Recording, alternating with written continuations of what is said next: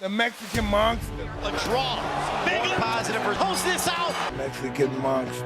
Who? Benavidez. got Everybody's scared of him. Under the right eye of Anthony Durrell. It's opened up. Super impressed with Benavidez. Benavidez, I got him up.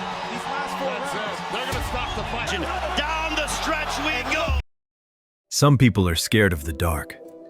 Others can't stand heights, tight spaces, or the thought of speaking in front of a crowd. But if you happen to be a boxer in the super middleweight division, there's one particular nightmare that can keep you wide awake. The Mexican monster, David Benavidez. Relentless, unshakable, punishing. The Mexican monster hunts you down, cuts off every escape, and leaves you battered and broken. David Benavidez's journey makes his rise to boxing's elite even more gripping. Because the making of a monster begins with facing the monsters inside. David's childhood was anything but easy.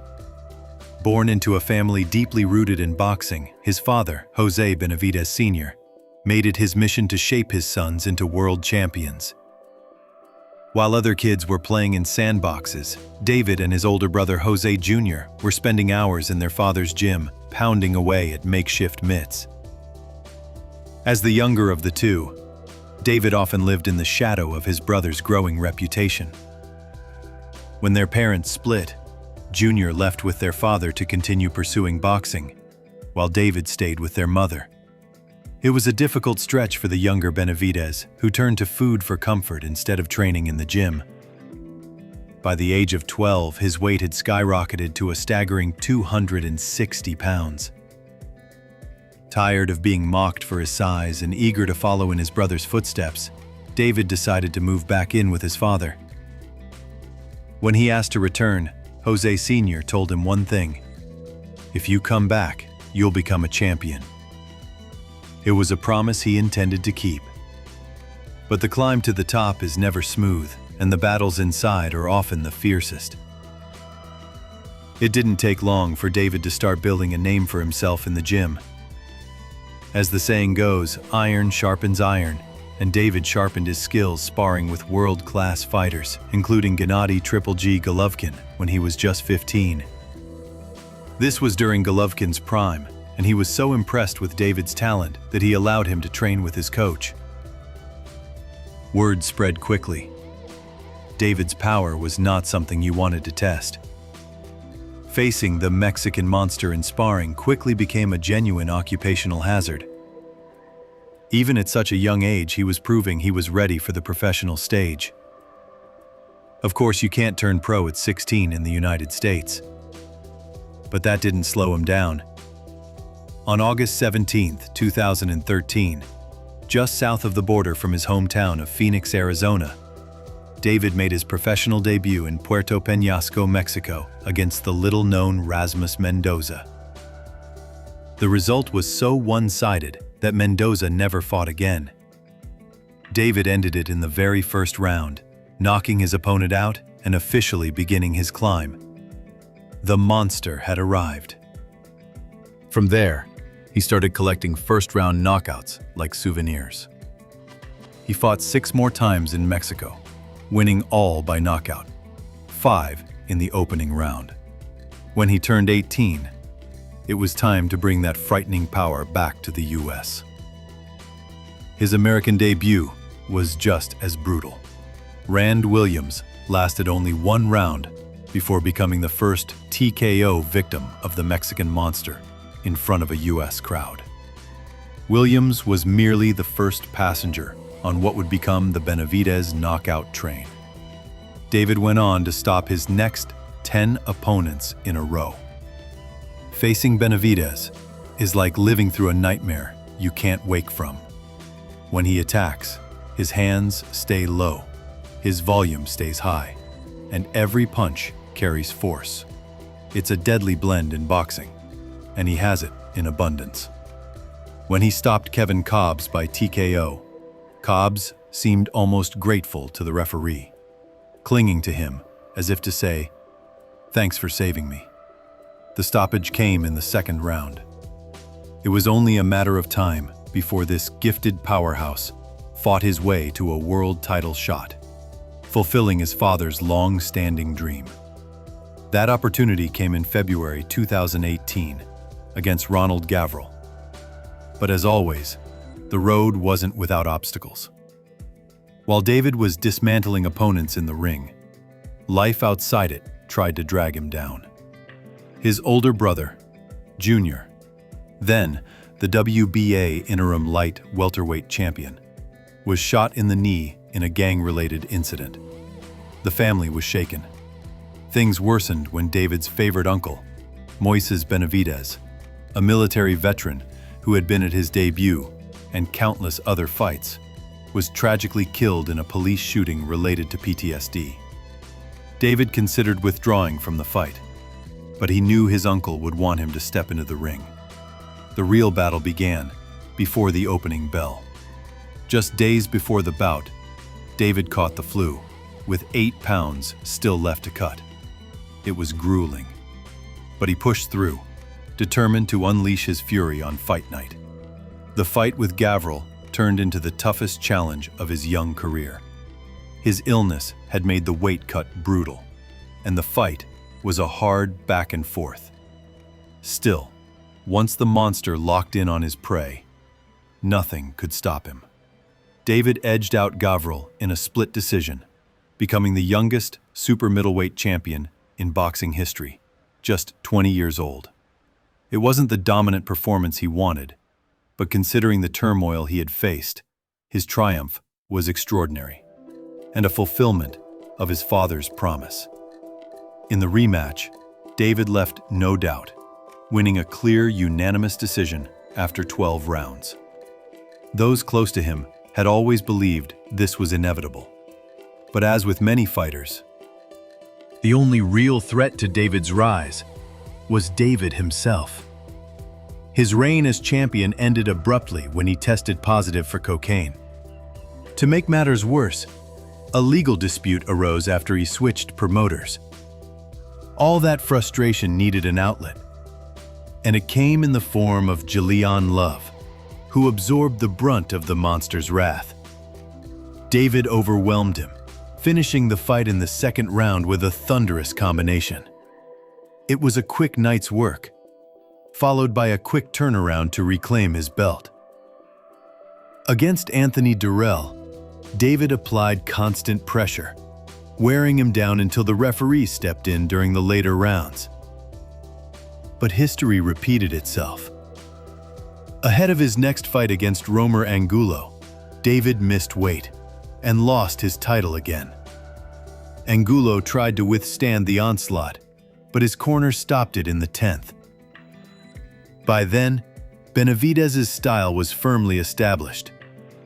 Opponents might have some early success, but the longer the fight goes, the worse it gets for them. He carries his power from the opening bell to the very end, and he never stops hunting. Late-round TKOs against Ronald Ellis and Kyrone Davis put him back in line for another title opportunity. He wasted no time when it came, dominating David Lemieux for a third-round TKO to win the WBC interim super middleweight title. Once again, the belt was back where he believed it belonged. Trash talk had always been part of Benavidez's arsenal, a way to get in an opponent's head before showing them the nightmare in the ring.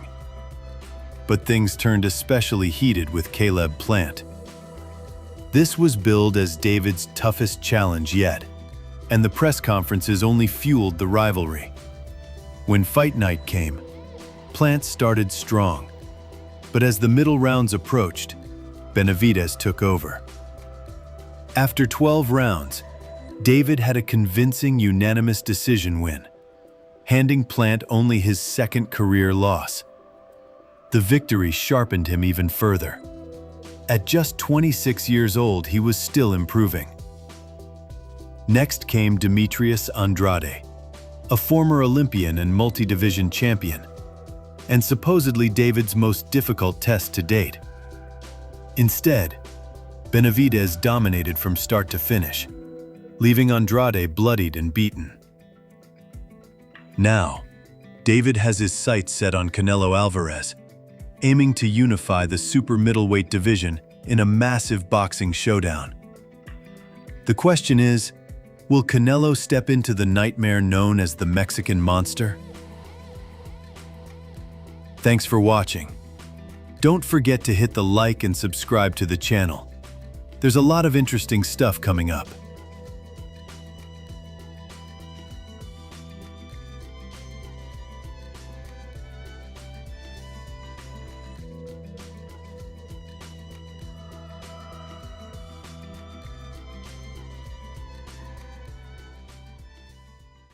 Manny Pacquiao grew up in a level of poverty that most people in the Western world can barely comprehend.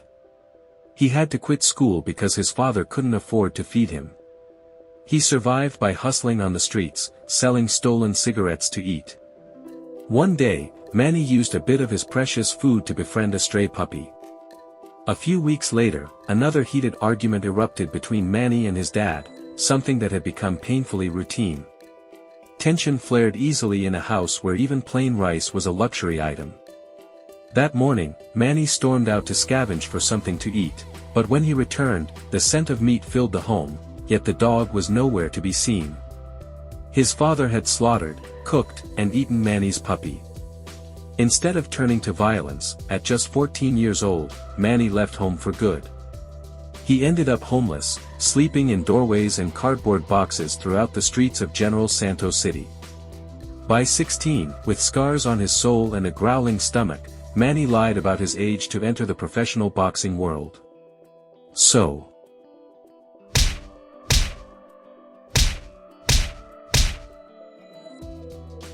in his early days, Pacquiao was as skinny as they come, just 114 pounds. And you could see the hunger burning in his eyes. That early version of Manny had the foundation of a future champion. His footwork was fast and smooth. He stayed composed under fire and had a chin that could take punishment.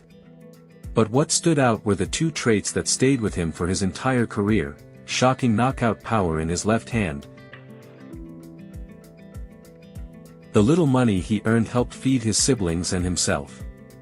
Eventually, he partnered with trainer Freddie Roach, who fine-tuned his boxing style. Finally able to afford full meals, Manny filled out to 122 pounds. By 24, he had conquered the Asian boxing circuit, and was ready to take on America. With just 2 weeks' notice, he stepped in to fight super bantamweight titleholder Lelo Ledwaba. It was Manny's coming-out party. In round 1, he hunted him down. Round 2, Manny dropped him. By round 3, he smashed Ledwaba's nose. In round 6, another laser-straight left to the already fractured jaw ended it. He went to his corner after that last round.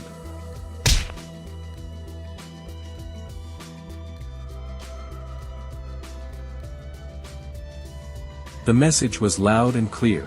A fierce hunger-born force had emerged from the east. As time passed, Manny adapted and sharpened his game. From 2008 to 2011, he was virtually untouchable. Pacquiao delivered 3 of his most dominant performances back-to-back. The first came when he jumped to his 7th weight class, 147 pounds. Miguel Cotto, a skilled and powerful welterweight, stood in his way. Cotto applied pressure and worked the body, like he always did.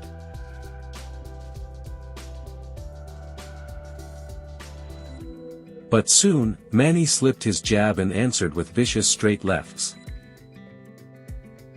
His movement was electric, and his punches flowed effortlessly from clever angles. The first knockdown was pure brilliance. He used a deceptive 1-2 combo that made Cotto duck to his right. In the next round, he caught Cotto charging in with a left hook. It was the beginning of the end. Referee Kenny Bayless had seen enough. He saved Cotto from further damage. Next up was Joshua Clottey, a defensive specialist from Ghana. Clottey was known for his tight high guard and precise jab. No one looked good against Clottey. Except Pacquiao. From the very first bell, Clottey turtled behind his shell, and Manny picked it apart. He never stopped throwing, constantly looking for openings. For 12 rounds, Pacquiao painted Clottey like an empty canvas. Another solid big man, outclassed by greatness. But Manny's greatest showing? That came in the storybook clash of David versus Goliath. Plaster wrap or not, Antonio Margarito was still a mountain compared to Manny. He was 5 inches taller, had 5 inches more reach, and outweighed Pacquiao by nearly 20 pounds. None of it mattered, because Manny Pacquiao had one goal: break whoever stood across from him. In what can only be described as a transcendent performance, Manny showed the world what championship spirit means.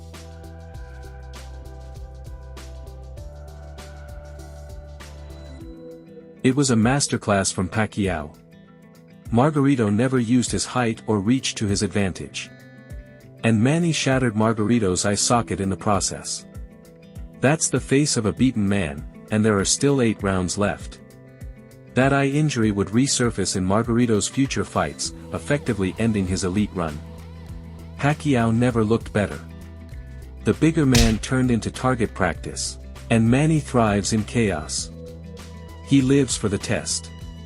He landed 475 punches in just 36 minutes. He's standing, but he can't fight back. And Manny let up in the last 2 rounds, out of mercy. Then came 2012, and it looked like the end of the line.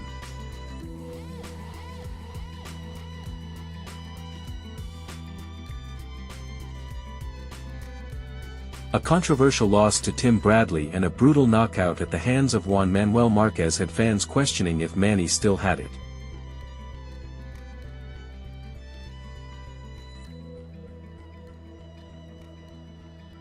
At 34, he was at a crossroads. He needed a fight to prove he belonged with the best.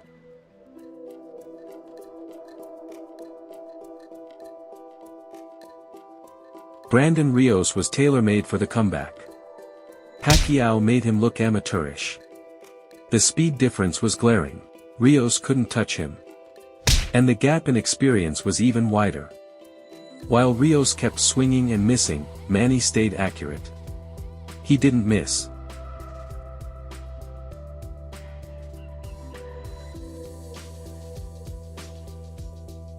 This was a reminder: Manny Pacquiao wasn't just a legend, he was once the king of boxing. Pac-Man. The long-anticipated clash with Floyd Mayweather ended in disappointment. Manny fought with a torn shoulder. 3 weeks before the fight, I had an MRI. It showed a tear in my right shoulder. But eventually, he got some payback against the Mayweather camp. The shoulder roll was still vulnerable to that lightning-fast left. Even at 40, the veteran Pacquiao still had lightning in his hands. Adrian Broner couldn't keep up. In round 9, Manny slipped a shot and countered with a wicked left hook.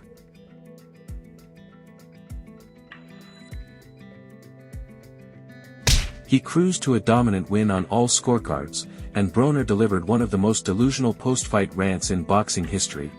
I beat him. Y'all know I won that fight. Everybody saw it. I landed the clean shots. I controlled the ring. I beat him.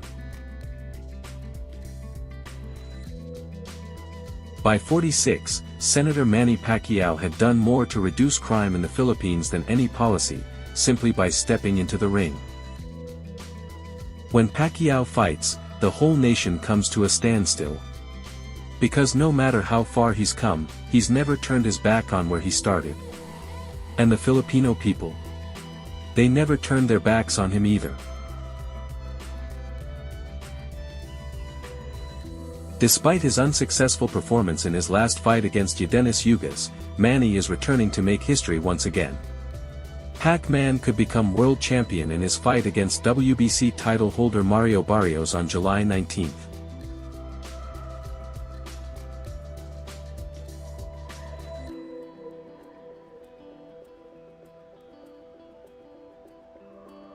"46 is just a number. And Pacquiao is ready to prove it.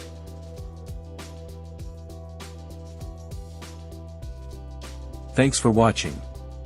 Don't forget to hit the like button and subscribe. There are many interesting things ahead.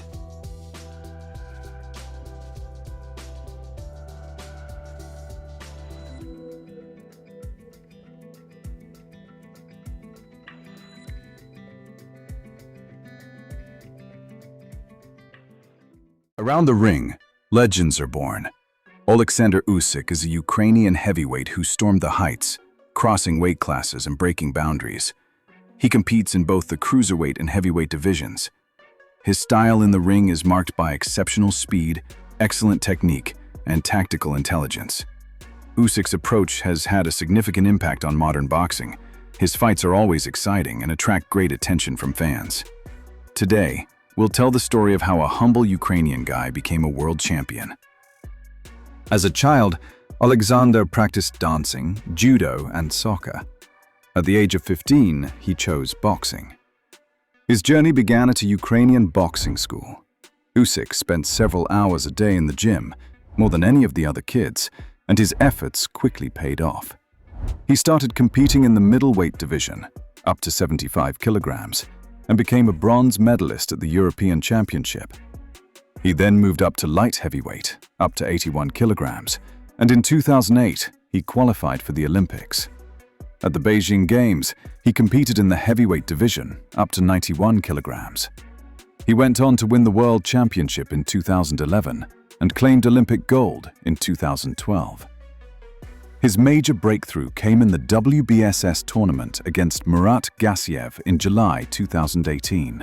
From early on, it was clear, Usyk wasn't just a brawler, he was a thinker. After dominating the amateur circuit, including a gold medal at the 2012 London Olympics, Usyk turned pro. In just 10 fights, he claimed the WBO cruiserweight title. But that wasn't enough. He wanted them all. WBC, WBA, IBF. So he entered the World Boxing Super Series, and history began to write itself. July 21st, 2018. Moscow. Two undefeated champions.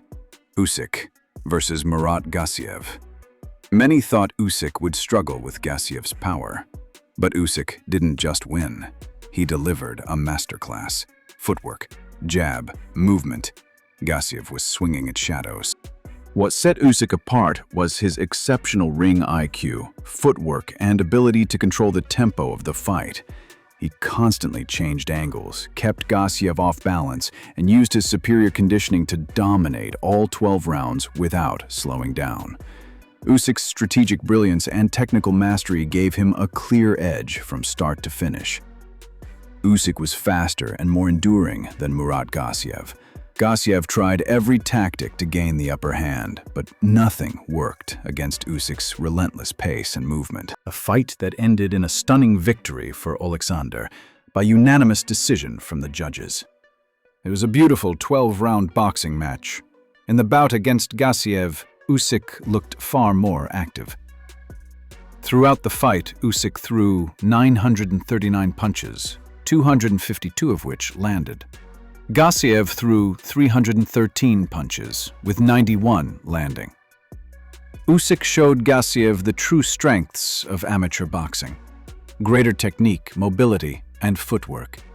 In this fight, Usyk was twice as good as Gassiev and gave him no chance. Oleksandr became the undisputed world champion. No brawling, just pure mastery of the art of boxing. After long training sessions and a philosophy of never stopping, Usyk decided to move up to the heavyweight division, a category where even one mistake can cost a career. He trains a lot. His first training session is at 5 a.m. and the second at 12 p.m. Oleksandr swims 2 kilometers in the pool, spars, and runs 10 to 20 kilometers. He trains hard to the point of exhaustion. Before the fight with Anthony Joshua in Saudi Arabia, Usyk got on a bicycle in Dubai and rode several kilometers under the scorching sun.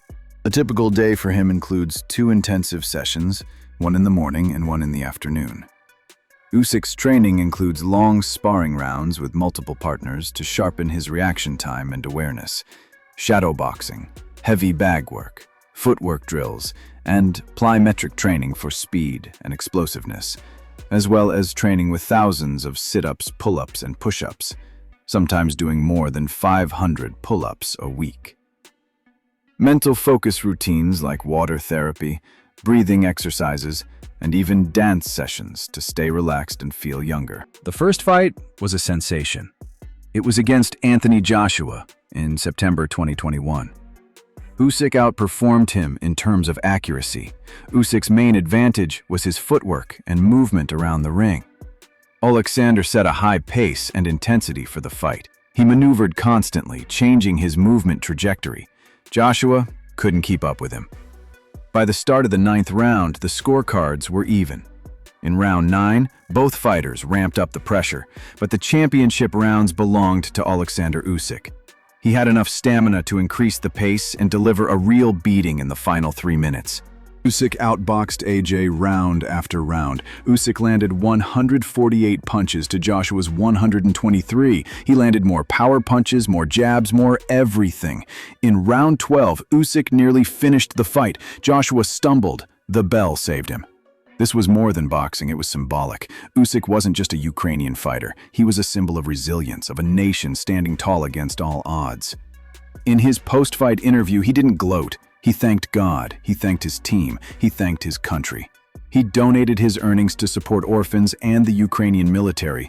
While bombs fell in his homeland, Usyk stood as a champion, not just in the ring but in life. He took 3 clean left straights. The champion tried to counter, but without success. The turning point began to take shape during the fight, particularly in the 6th round. Usyk pressured Joshua during the toughest stretch.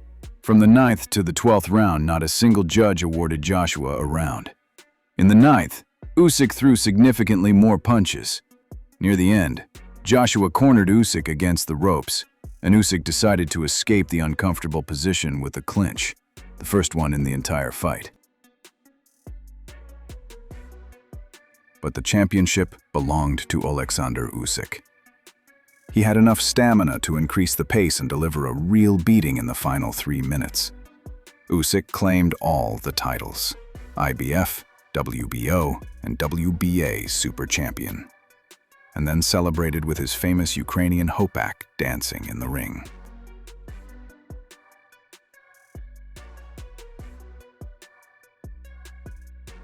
Oleksandr Usyk is a shining example of how hard work, discipline, and self-belief can reshape reality.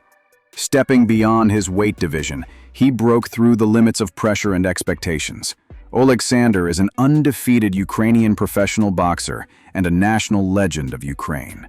He is the first and only boxer in history to defend the undisputed world championship title in the cruiserweight division. Think about it.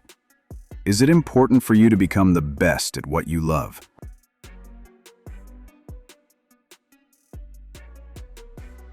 One of the oldest boxing publications, The Ring, named the fight between Oleksandr Usyk and Anthony Joshua the event of the year, highlighting the style and mastery of the Ukrainian boxer.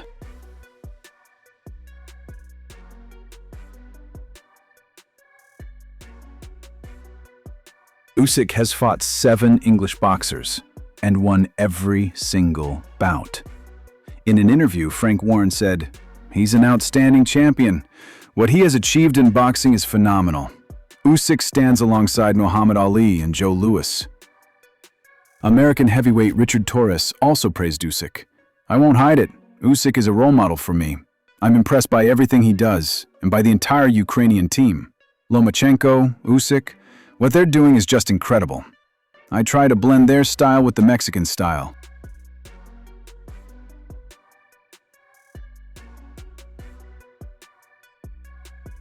This victory became a symbol not just of sporting triumph, but of cultural identity. Ukrainian flair, moral strength, and psychological resilience all came together. Usyk moves quickly around the ring and possesses a wide arsenal of punches, including jabs, hooks, uppercuts, and crosses. He adapts to his opponent's style and finds their weaknesses. His punch force is 102.5 kilograms. Legendary boxer Joe McKenzie the first Briton to conquer 3 weight divisions, said the following about Oleksandr. "Oleksandr can adapt to any opponent. He'll be the one to retire undefeated. He'll finish with a massive balance in the bank." Usyk is unique in that he became the first undisputed world champion in the history of international boxing. He always dedicates his victories to Ukraine, and he is the pride of his country.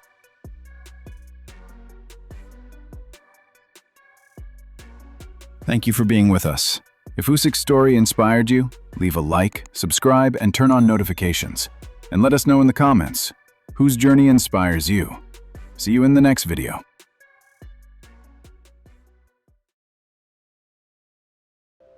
In a world full of loudmouth champions and viral knockout artists, there's one man who's let his fists do all the talking.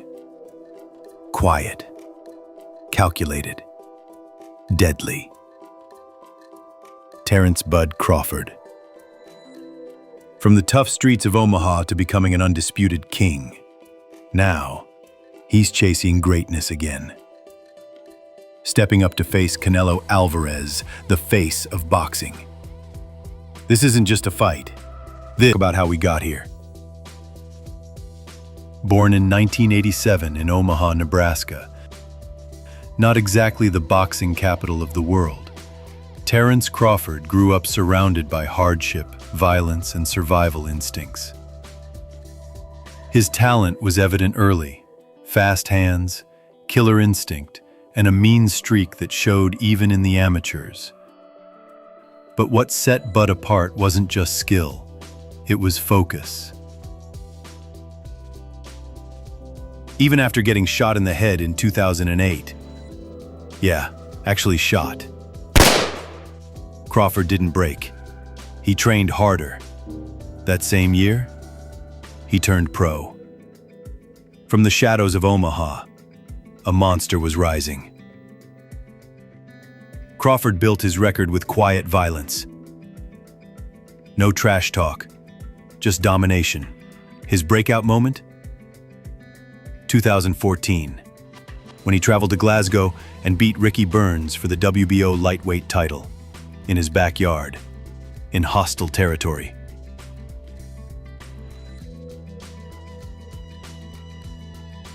Then came Yuriorkis Gamboa, a flashy Cuban star, and Crawford dismantled him.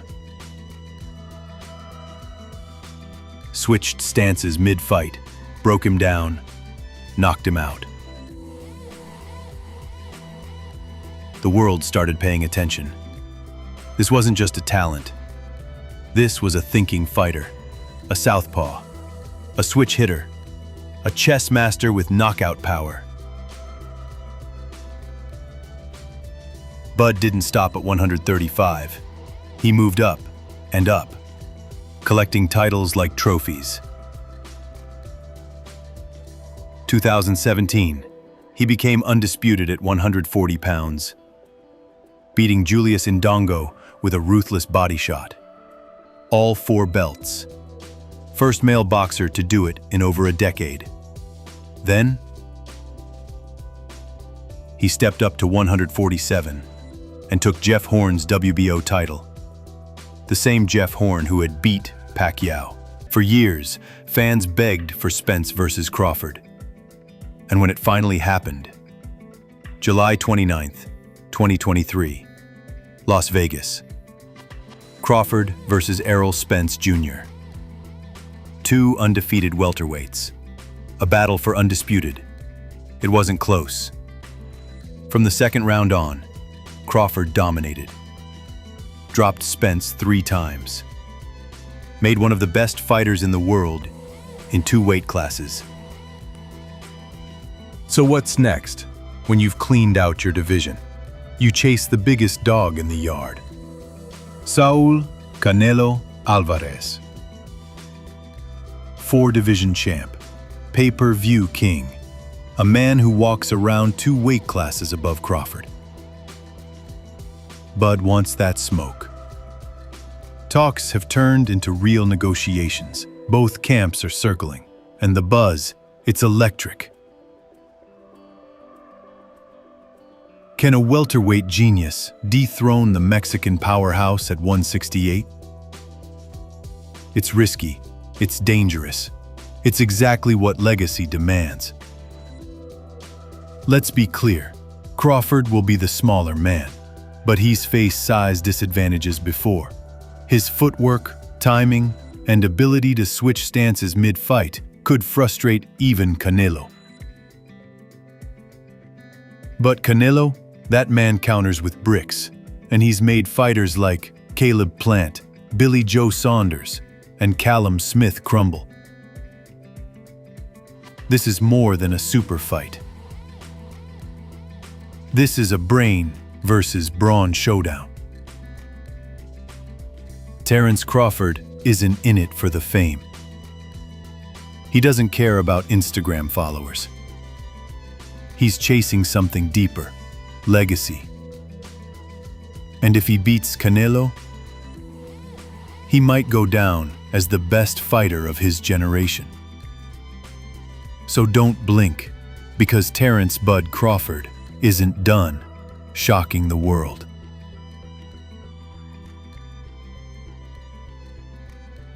Whose team are you on? Crawford's or Canelo's? Write your answer in the comments. Thanks for watching. Hit the like and subscribe. There's a lot of interesting stuff coming up.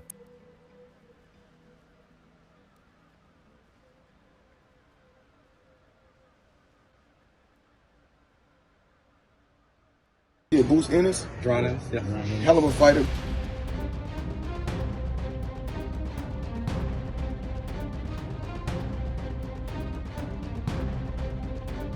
That kid Ennis, boo, don't sleep on him. Don't sleep on him. I tell these fighters, don't. Hell of a fighter.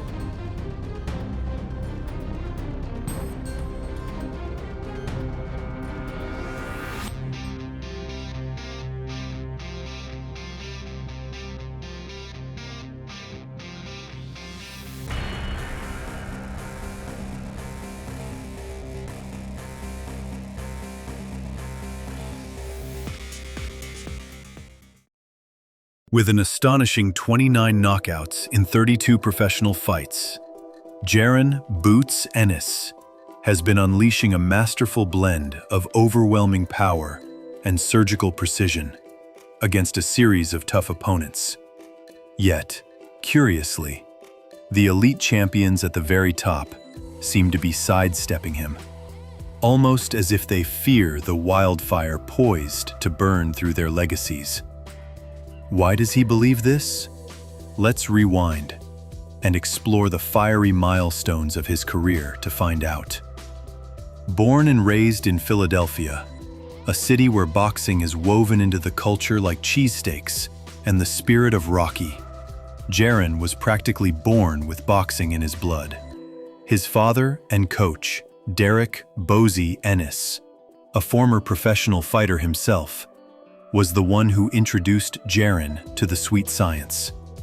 At just 5 years old, Jaron was already shadowboxing in the gym, driven by a passion ignited by the sounds and sights of the sport surrounding him. Fast forward to his amateur years, Ennis was already turning heads and dispatching opponents, culminating in a breakthrough moment in 2015 when he represented Team USA at the World Championships in Qatar, competing against some of the globe's finest boxing talents. There, Ennis flashed lightning-quick reflexes and devastating knockout power, standing out against fierce international competition. That same year, he claimed both the Golden Gloves and National Amateur Championships. After an impressive amateur run, Ennis exploded onto the professional scene, leaving a trail of defeated opponents in his wake during his early career. Fight after fight, his speed, accuracy, and power proved overwhelming for anyone who dared step into the ring. Each time he entered the ring, Ennis moved like a predator on the hunt, chasing gold and glory. As he climbed the ranks, his opponents got tougher, but none could extinguish his relentless fire. In just his first 2 years as a pro, Ennis notched 20 wins with 18 knockouts, earning his first title shot. The vacant WBC USNBC silver welterweight belt. His opponent? The undefeated Armando Alvarez. Both rising stars with similar records, but the skill gap was as wide as the sky and the earth. The first 2 rounds were measured, but in round 3, chaos erupted as Ennis dropped Alvarez with a clean shot. Alvarez got up, but was soon knocked down again with a brutal body shot. Alvarez stood up once more, but was sent crashing down by a fierce right uppercut left hook combo. Though Alvarez rose again, he dropped to a knee as the bell rang, and the referee stopped the fight. 4 knockdowns later, it was a complete blowout. Next up, Ennis pressed his advantage against Raymond Serrano, flooring him early in round 2 in another dominant performance. The knockdowns kept coming. Like a wild predator, Ennis sealed the fight with a lethal uppercut hook hybrid. After another victory, Ennis unexpectedly landed a Showtime main event slot when the original bout fell through. He capitalized fully against Damian Fernandez. The 22-year-old phenom made quick work of a challenging fight, turning it into a one-sided sparring session within the first 2 rounds. By round 3, Ennis unleashed a flurry of shots that dropped Fernandez, forcing the referee to stop the fight after Fernandez signaled injury to his eye. Next came Bakhtiar Ayubov, a brave challenger who tested Ennis, but was no match. Ennis came out blazing, dropping Ayubov twice in round 1. Despite Ayubov's toughness, Ennis relentlessly battered him over the next 2 rounds, until the referee stepped in to prevent further harm. Later, Ennis challenged for the vacant IBO welterweight title against South Africa's Chris Van Heerden. Ennis wasted no time, firing off a relentless attack that shattered Van Heerden's control of the fight. He continued firing with sniper-like precision, but then disaster struck. A clash of heads late in the round left Ennis staggered and Van Heerden bleeding from a severe cut. The fight was stopped and ruled a no contest.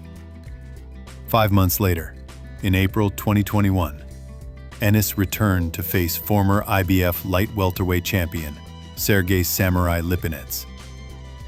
Early on, Ennis moved like a master swordsman, using his jab like a precise blade to keep Lipinets at bay. Whenever Lipinets tried to close the gap with a high guard, Ennis danced away gracefully, like a matador. Lipinets landed some solid punches, hooks, uppercuts, right hands, that caught Ennis on the jaw. Ennis's iron chin and tight defense minimized the damage. In round 6, Ennis unleashed a furious combination, sending Lipinets crashing down. Asked if getting fights would be hard now, Ennis replied, "No. Well, maybe. Who knows? Someone might want to fight, so we'll see. But I'm definitely ready for the top 5, top 3 guys." Next, Ennis dispatched Thomas Delorme with a powerful right hand early. Delorme recovered briefly, shaking Ennis in a firefight before going down again. With an undefeated record, Ennis declared himself ready for championship fights. After demolishing Delorme, Ennis faced Custio Clayton in a high-stakes IBF welterweight title eliminator, the winner becoming mandatory challenger to Errol the Truth Spence Jr., then unified champion. Ennis dominated Clayton early, and then improved in the next fight. Ennis sealed the fight in round 2 with a devastating right hook to Clayton's temple. Errol Spence was next, but busy. With Spence tied up battling WBO champion Terence "Bud" Crawford, Ennis fought Ukrainian contender Karen Chukadzian for the vacant interim IBF welterweight title.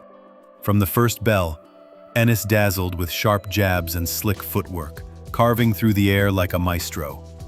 The Ukrainian Olympian was tough, but Ennis danced around, delivering relentless punishment. Punishment escalated with thunderous power shots. The Ukrainian endured until the final bell. Ennis won by unanimous decision, 120 to 108. With Spence and Crawford still out of reach, Ennis put his interim title on the line against Royman Villa. Ennis's lightning-fast hands and pinpoint accuracy made it nearly impossible for Villa to get inside. Villa's tight guard and pressure were mere flickers against Ennis's storm. As the fight went on, Ennis's combinations grew fiercer. In the 10th round, Ennis fired a left cross and thunderous right hook from southpaw stance, sending Villa reeling into the ropes. The referee didn't bother with the count. Weeks later, Errol Spence lost to Terence Crawford, who unified the welterweight belts and became undisputed champion. The IBF ordered Crawford to defend against Ennis, their mandatory challenger, but Crawford declined. IBF stripped Crawford and promoted Ennis to IBF welterweight champion. Ennis's first title defense was set against Cody Crowley, who pulled out due to a retina issue. David Benavidez stepped in on short notice and was overwhelmed. From the opening bell, Ennis showed why he's a force in the welterweight division, taking control with sharp jabs and smooth movement. The power jab landed perfectly, with Boots fighting orthodox, while Benavidez had an edge. By round 3, Ennis was clearly on a different level, tripling up on uppercuts, delivering precise body and head shots. Despite Benavidez's forward pressure, Ennis's defense and counters kept him dominant. In round 5, a sharp counter left sent Benavidez down. Benavidez beat the count, but Ennis's follow-up punches left him defenseless. Though Benavidez survived the round, the referee stopped the fight on medical advice before round 6. This victory gave Ennis another TKO and retained his IBF welterweight title, improving his record to 32-0 with 29 knockouts. After the fight, Ennis voiced his eagerness to face the top contenders, but challengers remained scarce. With 32 wins and a knockout rate over 90%, Jaron Ennis is arguably one of the best active boxers, with no signs of slowing down. Next up, moving up to 154 pounds, where thrilling matchups await against fighters like Terence Crawford and Virgil Ortiz Jr. We're hopeful it happens soon. Who would you like to see Jaron "Boots" Ennis face next? Share your thoughts in the comments. If you enjoyed this video, please subscribe and hit the notification bell. Thanks for watching. There are many interesting stories ahead.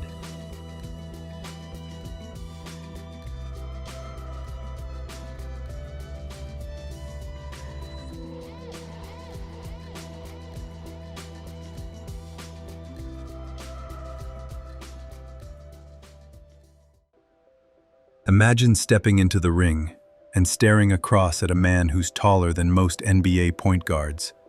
Yet he fights in your weight class. His arms look like they can reach you from halfway across the ring, and his punches, they come in flurries that never seem to end.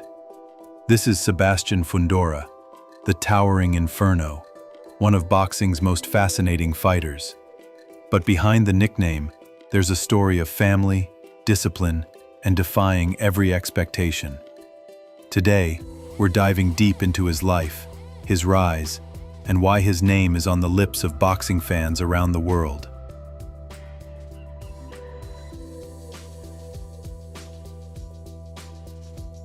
Sebastian Alexander Fundora was born on December 28, 1997, in West Palm Beach, Florida. From the very start, boxing wasn't just a sport in his life. It was part of the family DNA. His father, Freddie Fundora, was a Cuban-born boxing trainer. His mother, Monique, brought her athletic roots from Mexico. This wasn't just a household that loved boxing, it lived boxing. Sebastian grew up with 5 siblings, and here's the crazy part. All of them were involved in the sport in one way or another. His sister, Gabriela Fundora, is also a professional boxer and an undefeated flyweight contender.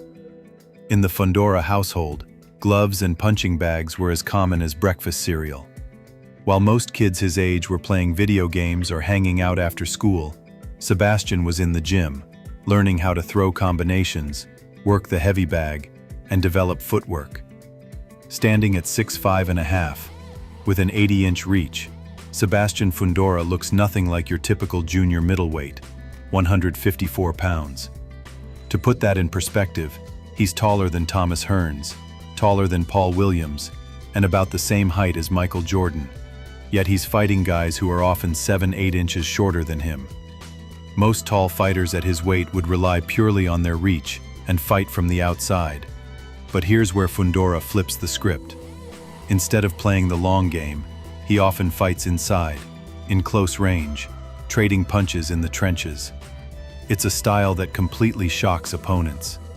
Many expect to chase him around the ring, but instead, they find themselves in phone booth battles with a guy who seems like he could be a basketball forward. Despite his size and skill, he had around 50 amateur bouts, but his style was always more suited for the pros. Relentless, pressure-heavy, and built for long fights. In 2016, at just 18 years old, he decided to turn professional. It wasn't an easy choice, but Fundora and his family believed his style and mindset would thrive without the headgear and point system of the amateurs. Sebastian debuted on September 24, 2016, against Jose Cardenas. It didn't take long for the boxing world to take notice.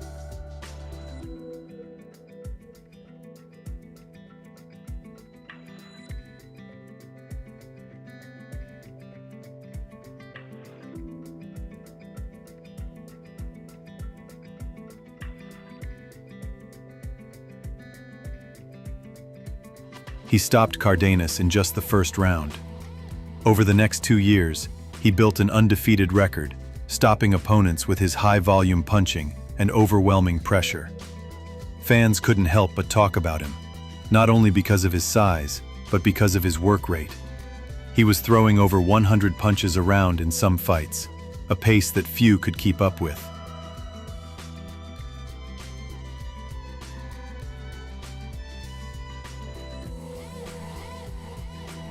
One of Fundora's first real tests came against Nathaniel Gallimore in 2020.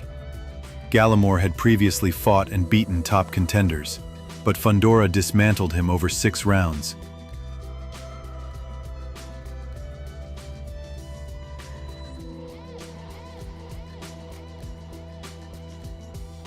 Forcing the corner to stop the fight. This was when boxing fans started realizing this guy isn't just a novelty act because of his height. He's a real problem in the division. Another defining moment came in December 2021 when he fought Sergio Garcia, an undefeated Spanish contender. In a grueling 12-round battle, Fundora showcased both his offense and his durability.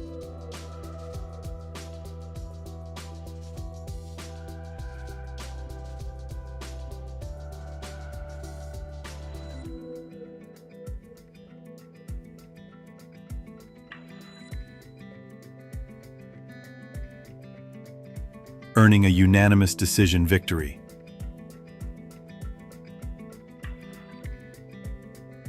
Then came April 9, 2022, the fight that truly put Fundora on the map. Erickson the Hammer Lubin was one of the most dangerous punchers in the division. The bout was for the interim WBC super welterweight title, and it turned into an absolute war.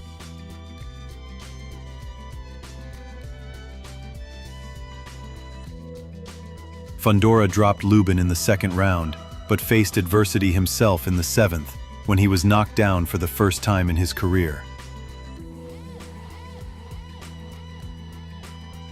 Most fighters would have tried to survive, but not Fundora. He came right back, pouring on relentless combinations, until Lubin's corner stopped the fight in the 9th round.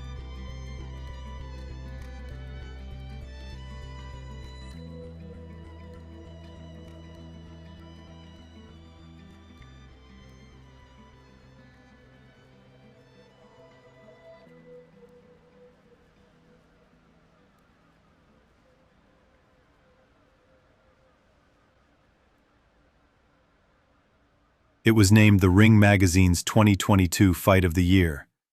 Fans saw a new star, a giant at 154 pounds who could brawl like a welterweight warrior. In April 2023, Fundora suffered his first career setback against Brian Mendoza.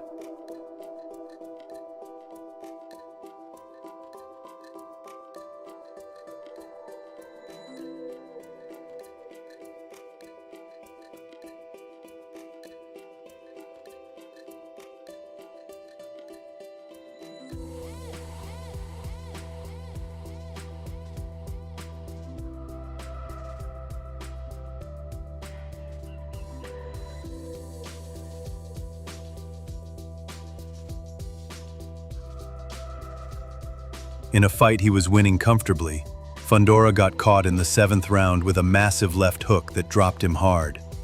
The referee waved it off, and just like that, the towering inferno had been extinguished.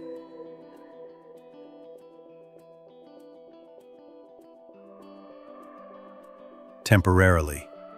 For Fundora, it was a reality check.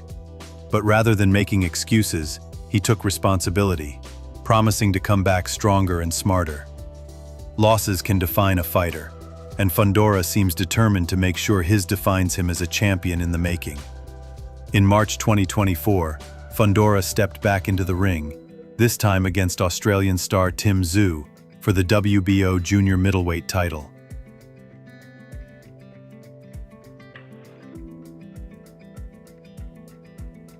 It was a tough, bloody fight. Fundora's nose was broken early, but he kept pressing forward.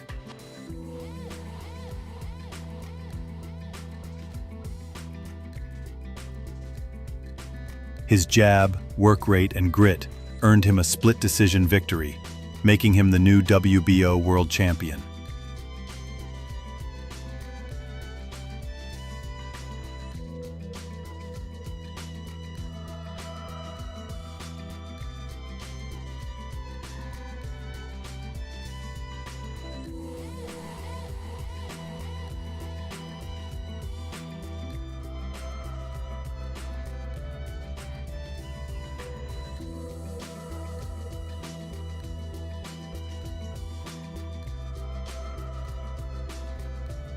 At just 26 years old, Fundora's future is wide open.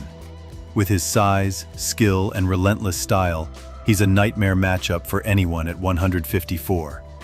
Big fights against Jermell Charlo, Terence Crawford, or a rematch with Tim Tszyu are all possibilities. Fans love him because he's unpredictable. He doesn't fight the way a giant should, and that makes him exciting every single time he steps through the ropes. Sebastian Fundora isn't just a tall guy in a small division. He's a warrior, a world champion, and a reminder that boxing is a sport where styles make fights. The towering inferno, Sebastian Fundora. And sometimes, those styles come in towering, unstoppable form. Thanks for watching. Don't forget to hit the like button and subscribe. There are still many interesting stories ahead.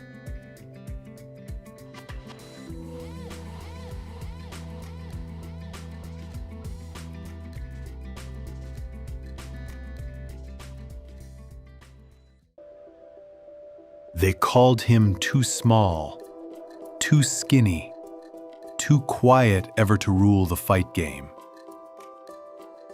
But Shakur Stevenson has made a career out of proving doubters wrong, one world title at a time. Defensive masters in modern boxing.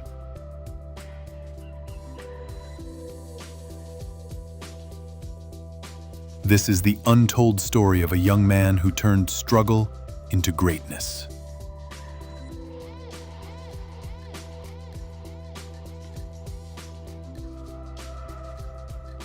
Toughest environments in America. His father was of Puerto Rican descent, his mother African American, but his biological father was absent from his life almost from the start. Shakur was the oldest of 9 children, which meant responsibility fell on his shoulders early. In Newark, trouble found you. Get swallowed by the streets, or find something to fight for. That something, just 5 years old, Shakur was introduced to the sport by his grandfather, Wally Moses, who would become his lifelong trainer and mentor. Wally didn't just teach him how to throw a punch, he taught him discipline, patience, and the idea that his fists could be his ticket out of poverty. From the start, Shakur showed talent that you couldn't teach, quick reflexes, footwork beyond his years, and perhaps most importantly, a mind for boxing.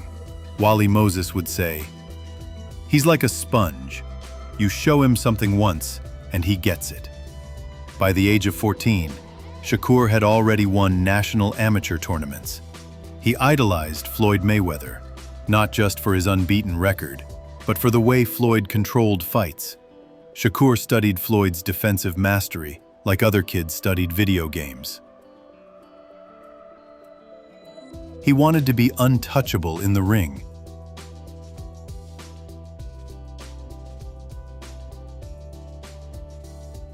And he was well on his way.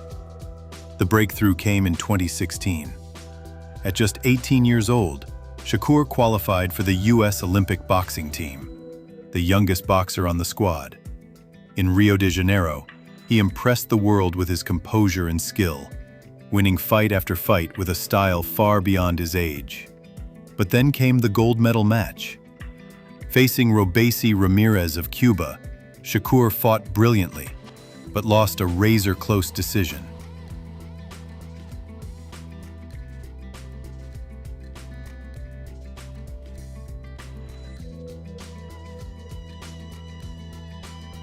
The silver medal was still an incredible achievement, but Shakur was devastated. In the locker room, he cried, not because he lost, but because he felt he let his family and city down. That heartbreak became fuel. He told himself, "I'll never feel this again. The next level is mine." In April 2017, Stevenson turned professional under the guidance of Top Rank. Right away, it was clear he was different. Calm under pressure, sharper defense than most veterans. He wasn't just winning, he was making opponents miss so badly that they looked foolish. He proved that dominance isn't just about knockouts, it's about control. He could make a dangerous puncher miss 10 times in a row and land clean counters before they even knew what happened.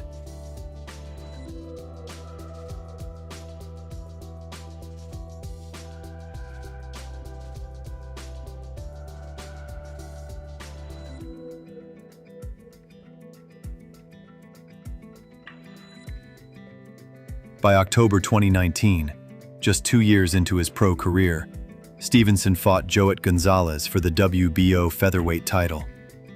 The fight was personal. Yeah, just try to kiss my ass, try to get some work, and that's it.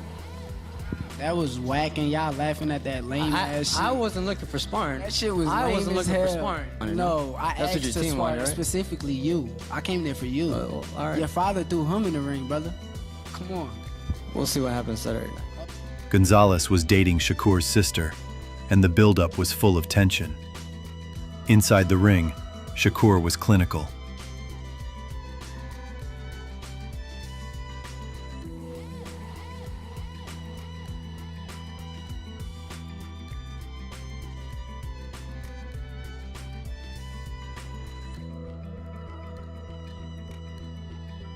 He shut Gonzalez down completely,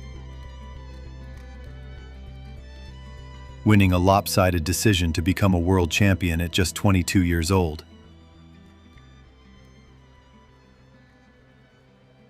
That night wasn't just about the belt. It was about proving that the kid from Newark could rise to the top. Shakur wasn't content with just one division. In 2021, he moved up to super featherweight and faced Jamel Herring for the WBO title. Herring was a respected veteran and former Marine. But Shakur dominated from start to finish.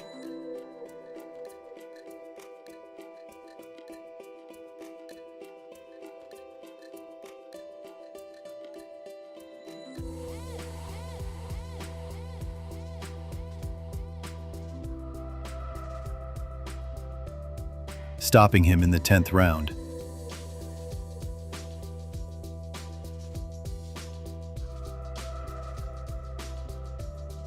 Then came Oscar Valdez in 2022. Valdez was undefeated, powerful, and dangerous. Many expected a close fight. Instead, Shakur put on a boxing clinic, winning nearly every round and adding the WBC belt to his collection.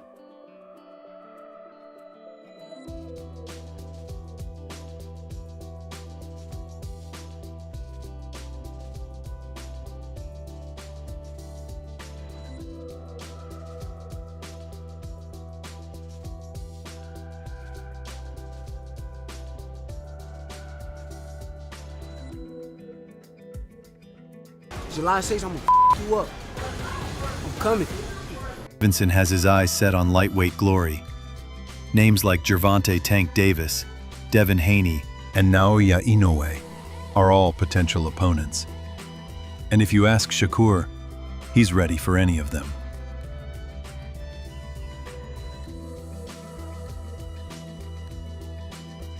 Some compare him to Floyd Mayweather.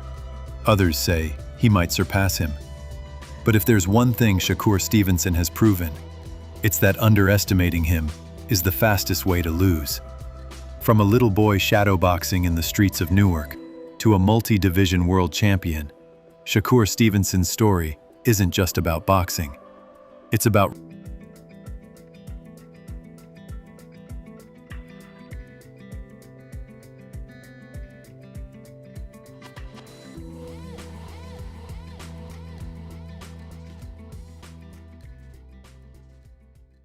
Imagine someone only 20 years old, standing in front of you in the ring. And within less than 2 minutes, he knocks out a hardened veteran like Dillian White. Moses Itouma gets the biggest win. You'd think, who is this kid? That kid is Moses Itouma, a Slovak-born British heavyweight, who's crashing the scene with a fury, a clear vision, and disdain for limitations. From a racist childhood in Slovakia to dismantling one of Britain's best, Moses isn't waiting for approval. He's rewriting the rules of heavyweight boxing. Born December 28, 2004 in Kežmarok, Slovakia, Moses comes from a mixed heritage: Nigerian father, Slovak mother.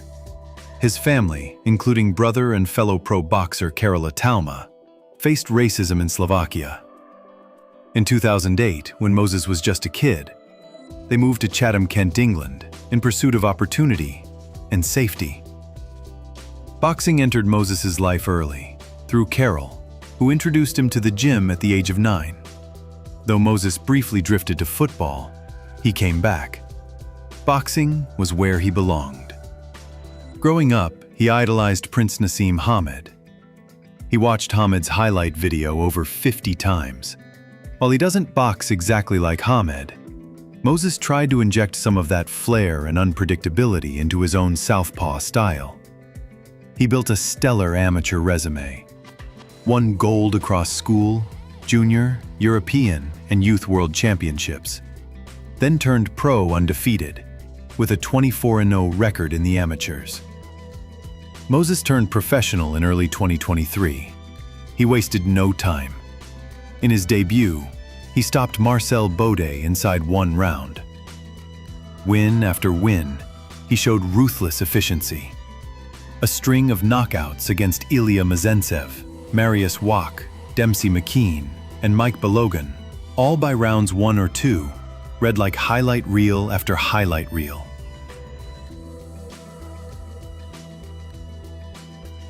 That's insane power, composure, and a pace few heavyweights can match.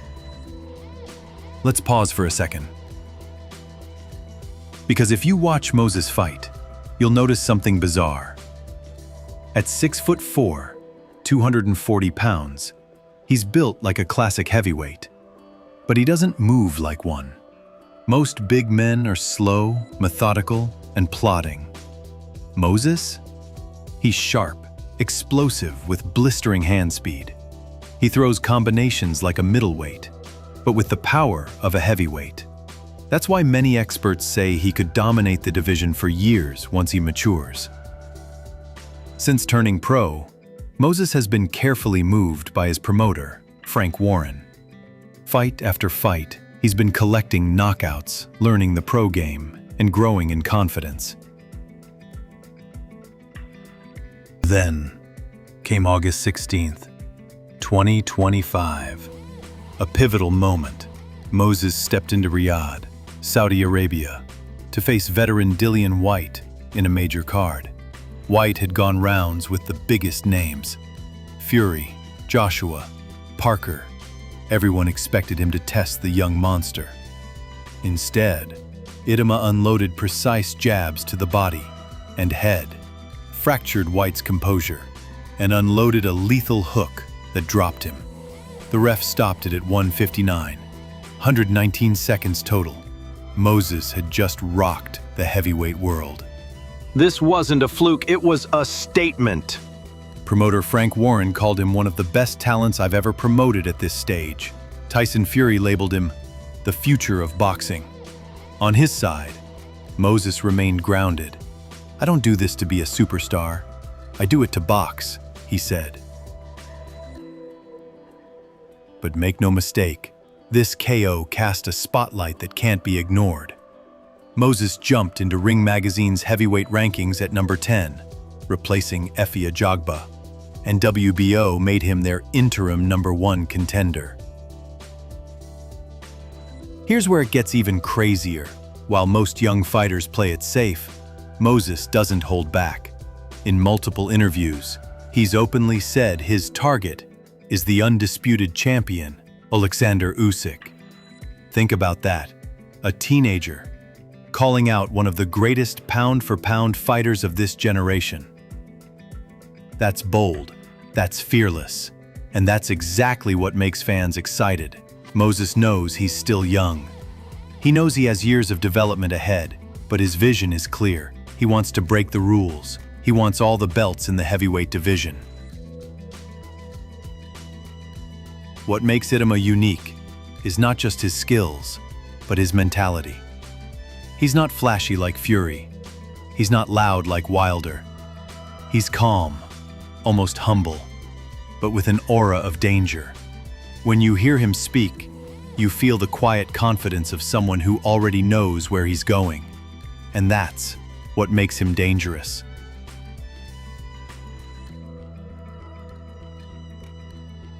Because he's not chasing fame, he's chasing legacy. But let's be real, the road ahead won't be easy. Heavyweight boxing is a graveyard of young prospects who never reached their potential. The power at this level is unforgiving. One mistake, one punch, and everything can collapse. Moses will have to deal with the likes of Tyson Fury, Anthony Joshua, Daniel Dubois, and eventually, Usyk himself. These are not easy tests, and the question everyone is asking, is he ready? What we do know is this: Moses Itouma is not afraid of the moment. At just 20 years old, he's already proven himself against grown men, already talked about chasing greatness, and already carrying the weight of massive expectations.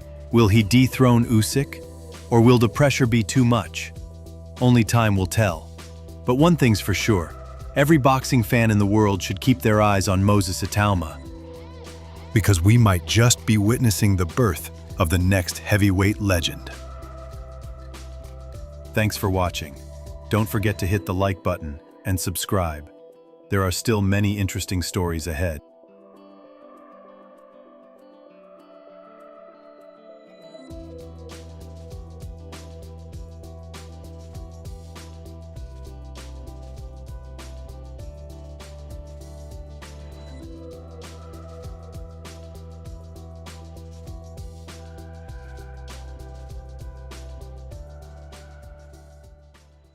What if I told you that the most feared man in boxing,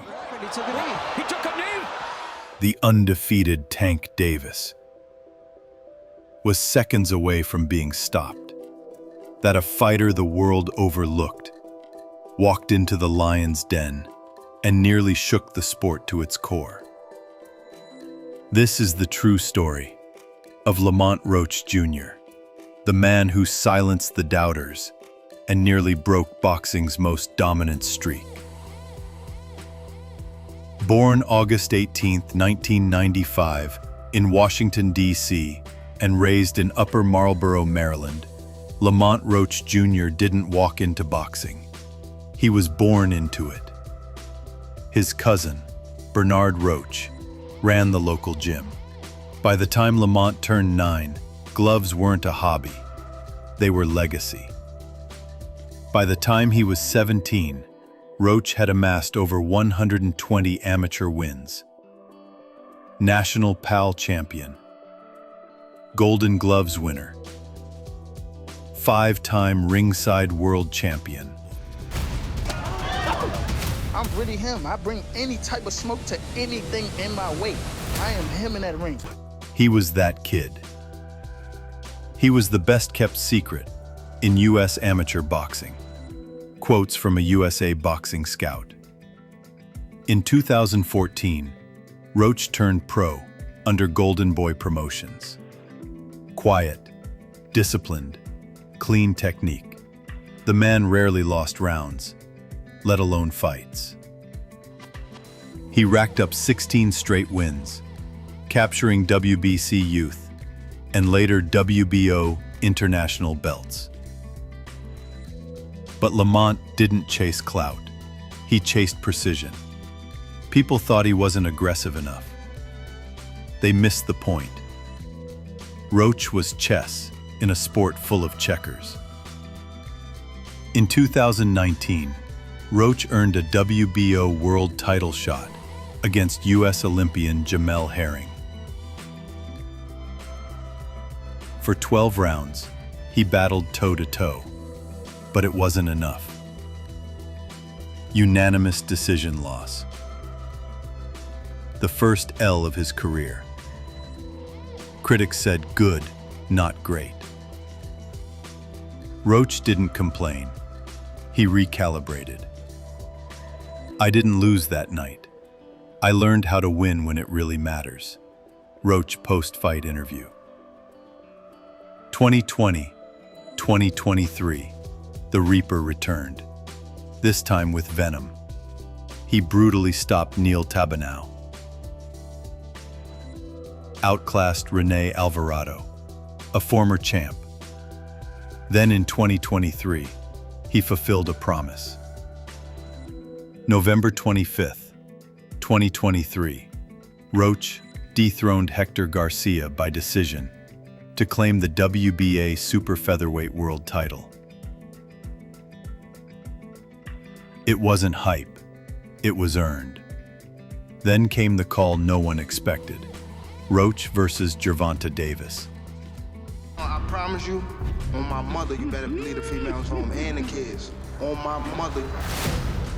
March 1st, 2025, Madison Square Garden, Tank's home turf. Easy work, Tank said.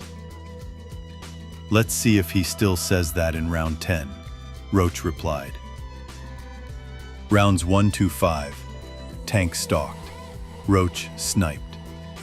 It wasn't the slugfest fans expected. It was surgical war. Round 6, Tank lunged. Roach cracked him with a counter jab. Left hook grazed the eye, and then... It wasn't ruled a knockdown, but everyone saw what they saw. Davis backed away, blinking hard, motioned to his corner. The ref allowed a pause as Tank wiped his eye. Again, no call. No deduction. Something was in my eye, Tank said later. It was my glove, Roach corrected, not hair grease.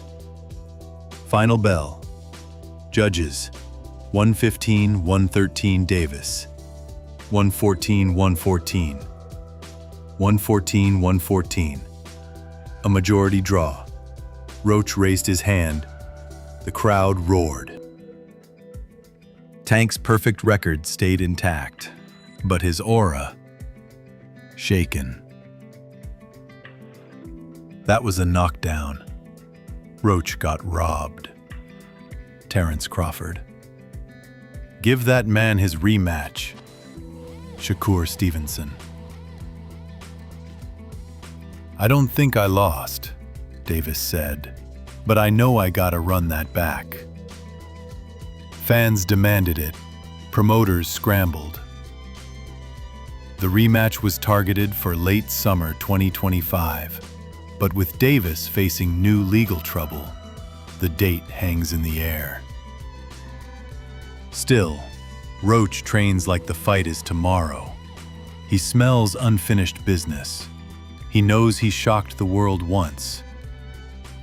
Now he wants to own it. This time, Roach says, "I'm not leaving it to the judges." Lamont Roach Jr. was supposed to be an opponent, a stat, a stepping stone. But he stood in front of Tank Davis and proved he wasn't just ready, he was better. This story isn't over. Subscribe for part 2, because the rematch could change boxing forever.